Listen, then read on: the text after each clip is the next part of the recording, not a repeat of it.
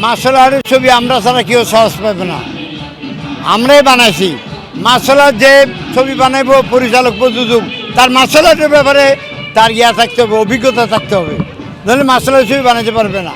Martial আর্টের ছবি আর এরা যারা এখন বানাচ্ছে, এরা তো মার্শাল আর্ট কী বুঝে না, ওরা বানায় নাটক থেকে আইছে অমুক থেকে, তারা মার্শাল আর্টের ছবি বানাবে না, আমাদের কাস্টিংও হয় না।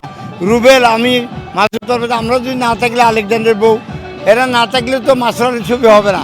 একটা আর্টিস্ট মার্শাল আর্ট জানতে হবে। কোবরা মার্শাল আর্টের ছবি যখন হইতো, এই সময় বিগ বিলিয়ন ছিল, মার্শাল আর্টের ছবি হয় না, তারা কাজ করে না, আমাদেরও তো করে না। রুবেল যেতগুলি ছবি বানিয়েছে, রেকর্ড ব্রেক, বাংলাদেশে কোনো হিরো এত ছবি বানাইতে পারে নাই।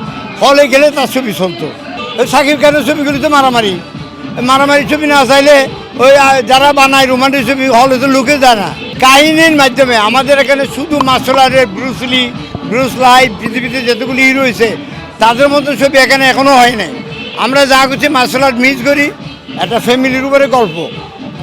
আমাদের এখানে শুধু মার্শাল আর্টের উপরে হয় নাই, ফাইটগুলি মার্শাল আর্ট হয়েছে। মার্শাল আর্টের প্রাণ করতে গিয়ে থাকবো, ওরা মার্শাল আর্টের কোনো অভিজ্ঞতাই নাই। এই জন্য তো রুবেলের কাজ করে না, কুবরারের কাজ করে না, আমাদের কাজ করে না, পারভেজ সাহেবের কাজ। আমরা তো মার্শাল আর্টের ছবি করছি, শুধু মার্শাল আর্ট না, গান ছিল এবং ফাইট ছিল। ফাইটটা মার্শাল আর্টের উপরে, সামাজিকতা ছিল।